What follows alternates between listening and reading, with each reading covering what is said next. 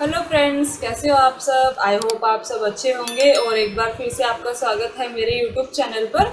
और आज जो है वो मैं आपके लिए लेके आई हूँ अपना प्रेगनेंसी जर्नी का मतलब सेकंड ट्राइमेस्टर। मैं पहले फर्स्ट ट्राइमेस्टर जो है वो शेयर कर चुकी हूँ, तो आज जो है वो मैं आपके साथ जो है वो सेकंड ट्राइमेस्टर शेयर कर रही हूँ। तो मेरा सेकंड ट्राइमेस्टर जो है वो मतलब यहाँ से मेरी जर्नी थोड़ी मतलब डगमगा गई थी, क्योंकि यहाँ से मुझे थोड़ी दिक्कतें होना शुरू हो गई थी। तो वो सब चीज़ें जो है वो आज आपके साथ शेयर कर रही हूँ। तो चलिए फिर शुरू करते हैं। तो जैसे कि मैंने आपको पहले बताया था कि मेरा जो फर्स्ट ट्राइमेस्टर था ना वो बहुत अच्छा गया था, मुझे कोई भी प्रॉब्लम नहीं आई थी, मैं एकदम मस्त खा पी रही थी, मुझे तो ऐसा लग ही नहीं रहा था कि मैं प्रेग्नेंट हूँ। मतलब एकदम आराम से ज़िंदगी जी रही थी। लेकिन जैसे ही मेरा सेकंड ट्राइमेस्टर शुरू हुआ था ना, तो वैसे मैं कंटिन्यू थी स्कूल पे, जॉब पे कंटिन्यू थी।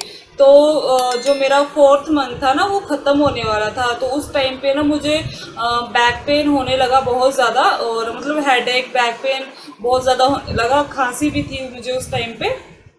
तो मतलब ऐसा हो रहा था कि मतलब बहुत ज़्यादा दर्द होता था फिर चला जाता था। तो मतलब मैं डर रही थी कि ये क्या हो रहा होगा, कुछ गड़बड़ तो ना, गड़बड़ नहीं हो रही हो कुछ। तो फिर मैंने मतलब हॉस्पिटल जाने का डिसाइड किया कि हॉस्पिटल जाकर डॉक्टर से एक बार मिल लूँ। तो मैं नेक्स्ट डे जो है वो हॉस्पिटल गई, वहाँ पे मैंने डॉक्टर को बताया कि मैम मेरे साथ ऐसे ऐसे प्रॉब्लम हो रही है। तो उन्होंने फिर मेरा उस टाइम पे इंटरनल चेकअप किया, और मुझे बोला कि आप जो है वो बेड रेस्ट करो, क्योंकि आपके जो है वो ट्विन बेबीज़ है, मतलब ट्विन प्रेगनेंसी है। तो आपके जो बेबीज़ हैं वो ग्रो कर रहे हैं अब धीरे धीरे, तो उससे क्या होता है ना, आपके जो यूट्रस है उस पर मतलब लोड पड़ेगा, तो वो सही नहीं होगा, और उसकी वजह से आपको जो है वो बैक पेन हो रहा है। तो आप जो है वो बेड रेस्ट करो। मैंने उनको बोला कि मैम मैं तो स्कूल में जॉब करती हूँ। तो उन्होंने बोला कि आपको जॉब करने के लिए पूरी लाइफ पड़ी है, अभी जो आपका टाइम चल रहा है ना आप उसको अच्छे से इंजॉय करो। तो फिर उन्होंने मुझे कुछ मेडिसिन लिखी, बेड रेस्ट बोल के मुझे घर भेज दिया। और फिर मैंने जो है वो अपना स्कूल का जो मेरा जॉब था वो मैंने छोड़ दिया उस टाइम पे, और मैं घर पे मतलब घर पे रहने लगी। बेड रेस्ट करती थी, लेकिन मतलब इतना नहीं था कि हाँ पूरा टाइम बेड पे ही लेटी रहूँ, ऐसा नहीं था। थोड़ा बहुत काम करती थी, ज़्यादा नहीं करती थी, पहले के मुकाबले थोड़ा करती थी। लेकिन बेड रेस्ट भी मतलब नहीं हो पाती थी मेरे से। तो ऐसे मेरा फोर्थ मंथ तो निकल गया, बैक पेन मेरा मतलब चला गया, धीरे धीरे सब दवाई लेके सब चला गया। तो उसके नेक्स्ट फिर मेरा फिफ्थ मंथ आया, तो फिफ्थ मंथ में ना बीच में मुझे ना मतलब थोड़ी सी ना दिक्कतें होना शुरू हुई, मतलब थोड़ा ना बॉडी में मतलब खुजली सी होने लगी, मुझे इचिंग सी होने लगी। तो फिर मुझे ना मेरे मतलब और जानने वाले थे, उन्होंने मुझे गवर्नमेंट हॉस्पिटल का भी एक बार बोला कि आप लोग एक बार वहाँ भी दिखा लो। तो मैंने जो मेरा पहले डॉक्टर थी मैंने उनको नहीं दिखाई वो चीज़, फिर मैं गवर्नमेंट हॉस्पिटल में गई, मेरे घर के पास ही था। तो मैंने वहाँ पे गई, फिर मैंने डॉक्टर को दिखाया। तो फिर मेरा जो जर्नी थी वो सिर्फ गवर्नमेंट हॉस्पिटल में शिफ्ट हो गई, मतलब मेरा फिफ्थ मंथ से लेके डिलीवरी तक मेरा सब गवर्नमेंट हॉस्पिटल में हुआ है। तो फिर मैंने डॉक्टर को दिखाया वहाँ पे जाके। तो उन्होंने फिर मुझे टेस्ट लिख के दिए कि आप ये KFT LFT और भी ब्लड टेस्ट लिख के दिए कि हाँ ये शुगर लेवल अपना चेक करवाओ, BP मॉनिटर करवाओ, और थायराइड वगैरह वो सब टेस्ट मुझे लिख के दिए, और बोला कि आप जो है वो टेस्ट लेके आना। और साथ में मुझे बोला कि आप जो है वो एनोमली स्कैन जो होता है ना, जो 20 वीक्स मतलब 18 to 22 वीक्स के अंदर किया जाता है, वो मुझे बोला कि अब वो लेके आना साथ में। तो वैसे ही फिर मैंने अपना एनोमली स्कैन करवाया था, 19 वीक्स पे करवाया था अपना एनोमली स्कैन। तो उसमें तो मतलब सब चीज़ें सही आई थी उसमें, तो मतलब उसमें एनोमली स्कैन में देखा जाता है ना कि बेबी अच्छे से डेवलप हो रहा है या नहीं हो रहा है, बेबी के पूरे ऑर्गन्स चेक किए जाते हैं, हार्ट, किडनी, लिवर, ये सब चीज़ें चेक की जाती है। तो मेरा जो स्कैन था वो बहुत अच्छे से आया था, मतलब उसमें कोई भी दिक्कत नहीं आई थी। और फिर मैं अपने सारे रिपोर्ट्स लेके जो है वो अपनी डॉक्टर के पास गई गवर्नमेंट हॉस्पिटल में, जो मैंने शुरू किया था ना वहाँ जाना। फिर मैंने उन डॉक्टर को दिखाया, तो उन्होंने अल्ट्रासाउंड देके तो उन्होंने बोल दिया कि आपका सब कुछ सही चल रहा है। और फिर उन्होंने मुझे बताया कि आपको जो है वो ऐसे अभी डाइट, उन्होंने मुझे अपने तरीके से गाइड किया कि आपके जो है वो ट्विंस है तो आपको मतलब खाना पीना अच्छे से रखना होगा ताकि बेबी जो है वो अच्छे से ग्रो हो पाए, डेवलप हो पाए, उनको अच्छे से न्यूट्रिशन मिल पाए। उन्होंने मुझे ऐसे बताया। और फिर उस टाइम पे ना मेरा लीवर का जो मतलब एलएफटी वगैरह जो हुआ था वो उस टाइम पे मतलब ठीक था, नॉर्मल ही था। तो उन्होंने मुझे बोला कि आपकी जो है वो रिपोर्ट्स ठीक है और आपको मतलब प्रेगनेंसी में जो इचिंग होती है वो नॉर्मल होती है, आपको कोई भी दिक्कत नहीं है और आप जा सकते हो घर, और आप जो है वो हर 15 दिन में चेकअप के लिए आ सकते हो। तो उन्होंने मुझे ऐसा बोल के जो है वो घर भेज दिया। और मेरी जो फोलिक एसिड कैल्शियम वगैरह की मेडिसिन थी ना वो चालू थी। और उसके बाद फिर मैं घर गई, मतलब सब फिर ठीक चल रहा था, ज़्यादा नहीं थी। लेकिन क्या हुआ ना, 15-20 दिन बाद मुझे फिर से बहुत ज़्यादा इचिंग होने लगी। मतलब कि मुझे पेट में नहीं होती थी इचिंग, बाकी पूरी बॉडी में होती थी। पेट में मुझे पूरी प्रेगनेंसी के टाइम पे कोई इचिंग नहीं हुई है, लेकिन मुझे हाथ पैरों में इतनी ज़्यादा मतलब खुजली होती थी ना कि मैंने मतलब स्क्रैच मतलब आ गए थे, मतलब खुजली कर करके वो नाखून से मेरे मतलब बॉडी पे पूरे स्क्रैच स्क्रैच मैंने कर रखे थे खुजली करके। इतनी ज़्यादा खुजली होती थी मुझे, और मुझे ना रात में नींद भी मेरी चली जाती थी। दिन में भी नहीं, मतलब इतनी ज़्यादा नींद नहीं आती थी मेरे को पूरी प्रेगनेंसी के टाइम पे।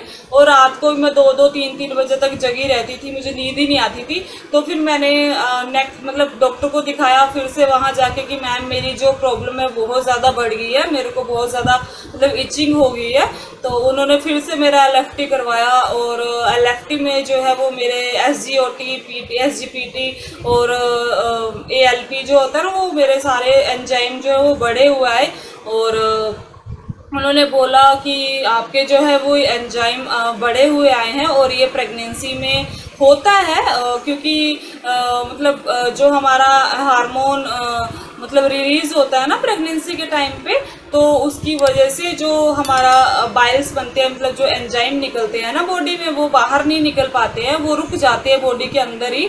तो उसकी वजह से वो सारे बॉडी में इकट्ठा हो जाते हैं। तो इसकी वजह से ये जो एसजीओटी, पीटी, ये सब जो मतलब लेवल्स होते हैं ना बढ़े हुए आते हैं।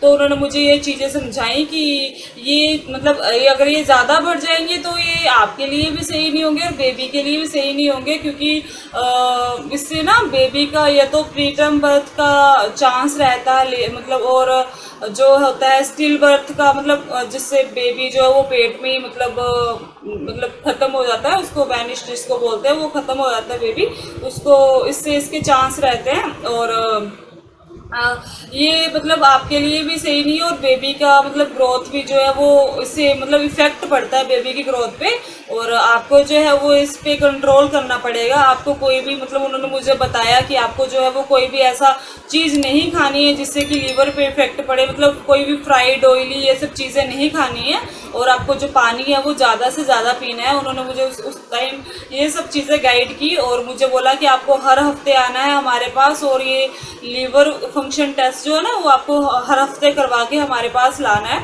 तो उन्होंने मुझे जो है वो यूडीलिव 300 mg मतलब स्टार्ट कर दी मेरी, और लिवोसिट्राजिन होती है ना वो मेडिसिन मेरी चालू कर दी, और मुझे मतलब एक टाइम खाने के लिए वो बोल दिया और मुझे घर भेज दिया।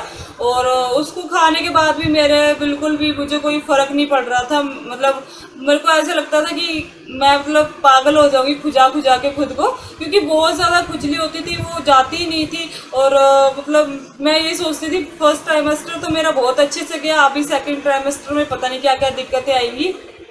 तो फिर मैं हर हफ्ते उनके पास जाती थी, और वो भी देखते थे कि ये तो चीज़ें कम ही नहीं हो रही हैं। तो इस एलएफटी की मतलब लीवर फंक्शन की वजह से मुझे 21 दिन हॉस्पिटल में एडमिट रहना पड़ता था, क्योंकि वो मुझे मॉनिटर करती थी, मेरे बेबी की जो मूवमेंट्स वगैरह है ना वो मॉनिटर करती थी डॉक्टर, और मुझे मतलब अपने निगरानी में रखती थी कि मतलब मेरा बीपी वगैरह सब चीज़ वहाँ पे मॉनिटर होती थी कि ताकि मुझे और मेरे बेबी को जो है वो कोई इफ़ेक्ट ना हो। और मतलब जॉन्डिस वगैरह के भी चांस रहते हैं ना, मदर को जॉन्डिस हो जाता है अगर ये लेवल्स बहुत हाई रहते हैं, तो मदर को जॉन्डिस हो जाता है, और जॉन्डिस होना वो सही नहीं होता है बेबी के लिए।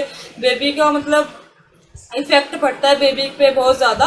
और मुझे खासकर बोला गया था कि आपको जो है वो बेबी की जो मूवमेंट है ना उसको आपको ध्यान में रखना होगा, मतलब क्योंकि इससे बेबी का मतलब स्टिल बर्थ का चांस रहता है ना। तो मुझे उन्होंने बोला था कि आपका जो है वो आपको बेबीज की मूवमेंट का मतलब ध्यान रखना पड़ेगा। और यहाँ पे देख रहे हो आप, ये मेरा वो है लेवल्स हैं, जो ALP होता है ना, यहाँ पे मेरा 631 था, मतलब 631 था, इतना ज़्यादा हाई हो गया था। ये 240 से कम रहना चाहिए और मेरा 631 पहुँच गया था।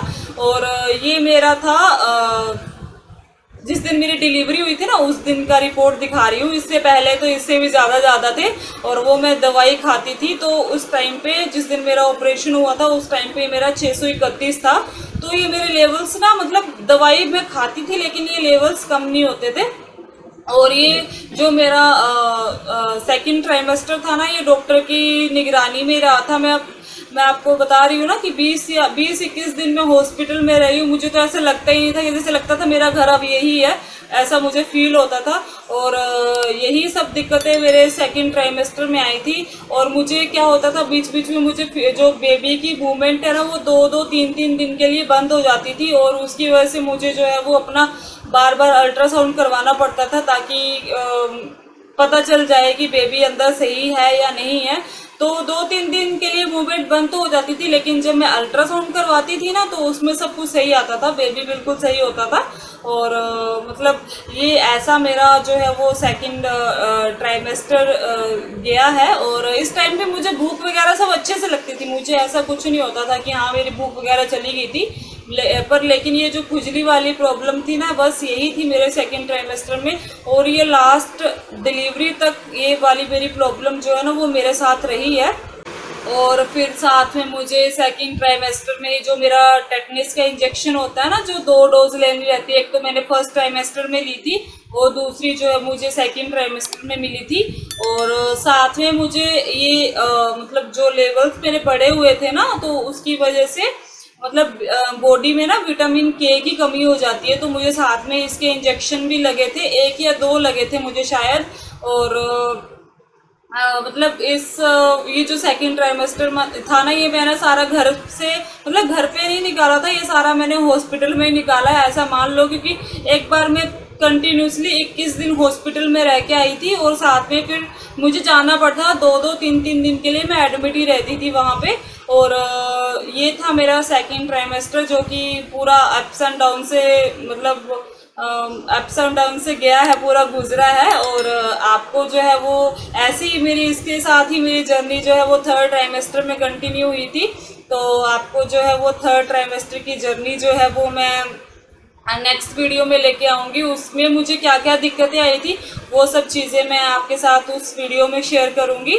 और आज की वीडियो में बस इतना ही, ये भी मैंने शॉर्ट में बताया है, ज़्यादा लंबा नहीं बताया, क्योंकि फिर वीडियो बहुत लंबी हो जाती है ना, तो वो मतलब सही नहीं रहती है, इसलिए मैंने ये सब चीज़ें जो है वो शॉर्ट में बताई हैं। और आई होप आपके लिए थोड़ी सी हेल्पफुल हो। और वीडियो अच्छा लगे तो प्लीज़ लाइक ज़रूर कर देना, शेयर भी करना और चैनल को सब्सक्राइब करना तो बिल्कुल ही मत भूलना। तो चलिए फिर मिलते हैं आपसे नेक्स्ट वीडियो में, तब तक के लिए बाय, टेक केयर।